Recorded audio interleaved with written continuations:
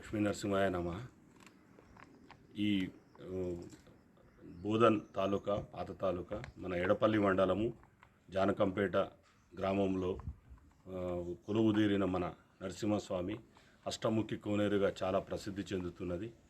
ఇట్టి బ్రహ్మోత్సవాలు ఈ 25 సంవత్సరం గాను ఇవాళ 5వ తారీఖు అధ్యయనోత్సవాలతో ప్రారంభమై 10వ తారీఖున స్వామివారి కళ్యాణము, అలాగే 12న రథోత్సవము, విమాన రథోత్సవము, తదుపరి 13 నాడు చక్కెర తీర్థము, అలాగే కుస్తీ పోటీలకు ఎంతో పేరుగాంచింది. ఇది అనాదిగా ఎంతో పురాతనమైన ఈ దేవాలయము స్వామివారి కోరికలు తీర్చే కొంగు బంగారంగా విలసిల్లుతున్నాడు.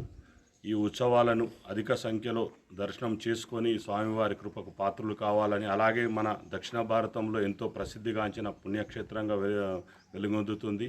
దీని ప్రత్యేకత ఏమిటంటే అష్టముఖి కోనేరు మన దక్షిణ భారతంలో ఏకైక అష్టముఖి కోనేరు ఇది. దీనిలో స్నానం ఆచరించి స్వామివారిని దర్శించుకుంటే కోరిన కోరికలు తీరుతాయని భక్తుల ప్రగాఢ నమ్మకము. ఇట్టి బ్రహ్మోత్సవాలను పక్క జిల్లాలు మరియు మహారాష్ట్ర నుంచి కూడా అధిక సంఖ్యలో వచ్చి భక్తులు దర్శనం చేసుకుంటారు. అలాగే ఈ సంవత్సరం కూడా అధిక సంఖ్యలో భక్తులు వచ్చి స్వామివారి కృపకు పాత్రలు కావాలని మా యొక్క మనవి.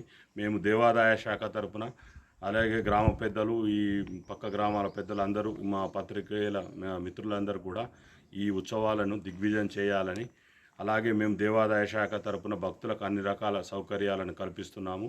కొత్తగా కలర్లను వేయడము, అలాగే మన లైటింగ్, వారికి బ్యారికేడ్లు, భక్తులకు సౌకర్యార్థం అన్ని విధాలుగా మేము దేవాదాయ శాఖ తరపున